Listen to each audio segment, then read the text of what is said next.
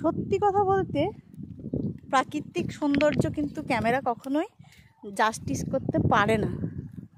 মানে এই জায়গাটা চোখে না দেখলে, না আসলে কেউই ফিল করতে পারবে না যে মানে আমরা তো দূর দূর অনেক অনেক টাকা খরচা করে অনেক ট্যুর করি, কিন্তু এত সুন্দর জায়গা আমাদের হাতের কাছেই আছে সেটা আমরা কিন্তু জানিই না।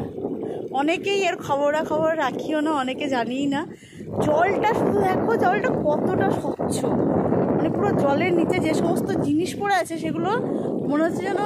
আর আমরা অনেক সময় কি হয়, অনেক প্রাকৃতিক দৃশ্য অনুভব করতে পারি। এই যে নদীর পুরো কলকল আওয়াজ, এতদিন কিন্তু আমার হয়তো লাইফে এটা প্রথম। আমি কোনোদিন যেহেতু পাহাড়ে যাইনি বা পাহাড় কেটে যে নদী বেয়ে আসছে সেটাও কোনোদিন দেখিনি, আমার এই ফার্স্ট টাইম। তাই আমি এই ভিউটাকে, এই দৃশ্যটাকে ভীষণভাবে অনুভব করছি।